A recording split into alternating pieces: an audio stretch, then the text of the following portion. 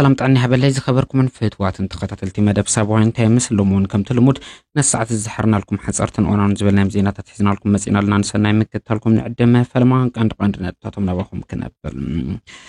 اكتيفيست برهان قبرقرقس سبز ساعنا سبت مالي اب تحت غير مئتاو زفلتن تخون مز قداي تتحيزو لهم عنتي اب كتما مقلا زكير زلو اخيبان كبير قطع زولده اتو قداي عملكيتو زقبر زلو من قصاص كابزو بتوسخي عمل لا تقري كبير نايت قومو سلف ندات خايد يركب نازي ام زرزر حبريتانا باخم كنبلينا كبرات فتوات انتقتتلتنا نمد لو ناس كاف السامة بمزنح كتكتاتلون عدم لايك كومنت شير سبسكرايب እንዳገበርኩም አካል ቤተሰብና ሆንኩም ከዘልቁ ዳግም በትህትና ንሓትትም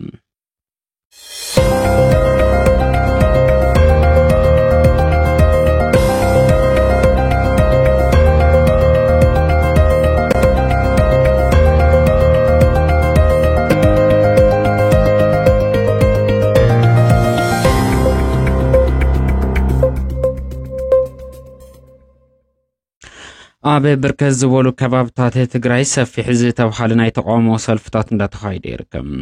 አበ ከተማ ማጫው ከተማ ሽራ አየጭላን ካሎት ከባብታት ትግራይ ከቤድ ዝተብሓለ ናይ ተቋሞ ሰላማዊ ሰልፊ በአካላት ሰብ ሞያ ጥዕና ይካየድ ከም ዘሎ ተገሊጹ ነው እተም ሰብ ሞያ ጥዕና ኣብ ዝገበርዎ ናይ ተቋሞ ሰላማዊ ሰልፊ ናይ 17 ወርሒ ወዝፍ መሃያና ብቁልጡፍ ይካፈለና ዝብል ትሕዝቶ ዝሓዘ እዩ እቶም ሰራሕተኛታት ኣብ ዘካይድ ወሰላማው ሰልፊ ኣብ ዝሓለፈ እዋን ዝሰርሕሉ ሰዓታትን ክፍሊትን ከይተጸብጸበ ንህዝቦም ብልዑል ተበግሶን ሞያን ስነ ምግባርን እናገልገሉ ምጽንሖም ብምሕባር ኣብ ዝሕዝ እዋን ግን እቲ ዝኸፈለና ዘሎ ክፍሊት ምስ ዘሎ ኩነታት መነባበሮ ክመጣጠን ብዘይምኽኣሉ ንዝኸፈ ጸገም ንቃል ዓለና ክብሉ ገሊጾም እዮም ስለዝኾነ ድማ ፈለማ ናይ ዝሓለፉ 17 ኣዋርሕ መሓያም ክኽፈለና እንሓተትና ብቐጻልነት ድማ ንስራሕና ዝመጠን ሙዕሪ ክፍሊት ክመቻቾ ይግባእ ዝበሉ እቶም ሰራሕተኛታት ኣብ ውሽጢ 10 መዓልታት ግቡ መልሲ እንተዘይረኺብና ድማ ስርሖም ጠጠው ንምባል ከም ዝግደዱ ኣብቱ ዘካይድዎ ዘሎ ሰላማዊ ሰልፍ እንዳገለጹ ይርከቡ ኣብ ትግራይ ብተወሳኺ ኣብ ብርክት ዝበሉ ከባብታት ኢትዮጵያ ብፍላይ ኣብ ከተማ አዲስ አበባ ተመሳሳሊ ናይ ሰብ ሞያ ጥዕና ናይ ተቋሞ ሰላማዊ ሰልፍታት እንዳተኻይደ ይርከብ መንግስቲ ኢትዮጵያ ወተሃድራዊ መንቀሳቐሳት ንምግባር ብርክት ዝበለ ሚልዮን ብርታት እንዳሰልዕ እንትንቀሳቐስ ንሰብ ሞያ ጥዕና ብሓፈሻ ድማ ንመንግስቲ ሰራሕተኛ ዝኽፈል መሃያ ግን ነቲ ዘሎ ቁጠባዊ ቅልውላው ዝመጣጠን ብዘይምዃኑ እቲ ህዝቢ ኣብ ዝኸፍአ ኩነታት ክወድቕ ከም ዝኽእል ዝተገለጸ ኣብ ዝሓለፉ 7 ዓመታት መሪሕነት ቀዳማይ ሚኒስትር ዶክተር አብይ አሕመድ መዓልታዊ ክበሃል ብዝኽእል ደረጃ ኢትዮጵያ ካብ ድምጽ ጥይት ወጻኢ አይትፈልጥን በዚ ምክንያት ዝባኽን ዘሎ ሃፍቲ ህዝብን ሃገርን ድማ ከቢድ ዝተፍሓለ ቁጠባዊ ቅልውላው እንዳስዓበ ዝርከብ እንትኸውን ሰራሕተኛ መንግስቲ ምስ ዘሎ ቁጠባዊ ቅልውላው ተሳንዩ ናይ ምኻድ ዓቕሚ ከም ዝሳነ እዩ ዝነገረሉ በዚ ጉዳይ ዝተቆጥዑ ሰራሕተኛታት ሰብ ሞያ ጥዕና ድማ ኣብ ዝቐጽሉ 10 መዓልታት ናይ 17 ውዝፍ መሃያና ክፍሊት ሓዊሱ ኣብ ቀጻሊ እውን ነቲ ዘሎ ናብራ ዝመጥን መሃያ ዘይግበረልና እንተኾይኑ ስራሕ ጠጠው ንምባል ክንግደድና ክብሉ ቅዋሞም ንጹር ገይሮም ኣለዉ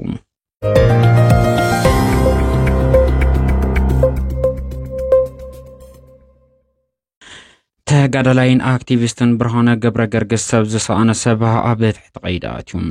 ተጋዳላይን አክቲቪስትን ሰብ ዝሰአነ ሰብ ወይ ከዓ ብርሃነ ገብረገርግስ ኣብ ትሕቲ ቀይድ ምእታው ንብዙሓት ዘገረመ ኮይኑ ይርከብ ብትእዛዝ ፌደራል መንግስቲ ኣብ ትሕቲ ቀይድ ከኣቱ ዝኽኣለ ብርሃነ ገብረገርግስ ኣካላት ጸጥታ ትግራይ ኣብ መንበር ገዝኡ ኣብ ትሕቲ ቀይድ ከም ዘዕልዎም ኣብ ዝሕዝ እዋን ናብ ፌደራል መንግስቲ ተመሓላሊፉ ንመኻበ ኣመልኪቱ ዘተ ኣብ ከተማ መቐለ ይካየድ ከም ዘሎ ተገሊጹሎም ብርሃነ ገብረገርግስ ኣብ ቀረባ ምስል ዓለዋይ አክቲቪስትን ፕሮፓጋንዳዊ ሓይሊ ስርዓት ግደፍ ዝኾነ ኣወል ሲኢዳ ኣብ ኤርትራ ይኹን ኣብ ትግራይ ንጹር ኣብ ዝኾነ ቦታ ተራኺቡ ምምካሮ ኣዘራረባ ኮይኑ ጸንሐ እንትኸውን ምዝ ጉዳይ ተተሓይዙም ፌደራል መንግስቲ ብሕጊ ንምሕታት ብምዕላም እዩ ኣብ ልዕሊ ብርሃነ ገብረገርግስ ናይ ማእሰርቲ ትእዛዝ ከወርድ ዝኽኣል መንግስቲ ኢትዮጵያ ምስ ኤርትራ ምስ ዝግበር ዘሎ ርከብ ብተደጋጋሚ ፍጹም ግቡእ ኣይኮነን ክብል ንመሪሕነት ትግራይ ከጥንቅቕ ጸንሐ እንትኸውን ኣብ ቀረባ ሹመት ፕሬዝደንት ግዚያዊ ምምሕዳር ትግራይ ሌተናል ጀነራል ታደሰ ወረደ ዘጽደቀ ፌደራል መንግስት ምስ ካልኦት ሃገራት ብዘይ ፍቃድ ፌደራል መንግስት ንዝግበር ዝኾነ ይኹን ርከብ ሕጋዊ ስጉምቲ ንኽውሰድ ጀነራል ታደሰ ወረደ ናብ ስልጣን ኣብ ዘምጸሉ እዋን ዘውጽኦ መምርሒ የመላኽት ነይሩ። መዚ ጉዳይ ተታሒዙ ይመስል እውን ንብርሃነ ገብረ ገርግስ ኣብ ትሕቲ ቀይዲ ብምእታው ናብ ፌደራል መንግስቲ ንምምሕልላፍ ኣብ ምንቅስቃስ ዝርከብ ይኹን እምበር ብርክት ዝበሉ አካናት ነዚ ተግባር እዚ ብሰፊሑ እንዳተቃወሙ ይርከቡ። ኣመንጎ ህዝቢ ትግራይን ህዝቢ ኤርትራን ዘሎ ኣፈላላይ ንምጽባብ ዕርቅ ንምምጻእ ሰላምን መስፋን ዝተገበረ ምንቅስቃስ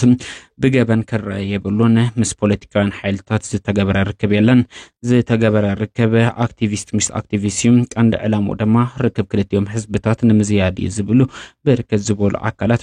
ኣብ ትግራይ ብርክት ዝበሉ ግፍዕን በደልን ዝፈጸሙ ኣባላት ሰራዊት ምክልኻል ኢትዮጵያ ብነጻ ኣብ ዝተለቃቅሉ ምእንቲ ዓዱ ከቢድ ዋጋ ዝኸፈለ ጀግና ተጋዳላይ ኣክቲቪስትን ብርሃነ ገብረ ገርግስ ሰብ ዝሰኣነ ሰብ ናብ ጨካን ስርዓት ብልጽግና ኣሕሊፍካ መሓበ ተቐባልነት ከም ዘይብሉ ብዙሓት እንዳመጎት ይርከቡ። ብርሃነ ገብረ ገርግስ ምስ ኤርትራ ዝገበሮ ርክብ ንፌደራል መንግስቲ ኣሕሊፍካ ንምሓበ ዝኽእል ገበን ዝብል እምነት ዘለኩም አካላት ወይ ከዓ ኣይግባን ዝብል እምነት ዘለኩም አካላት ኣብ ኮሜንት ከም ትልሙድ ብትሕትና መብርህኩም ኣቕምጡልና።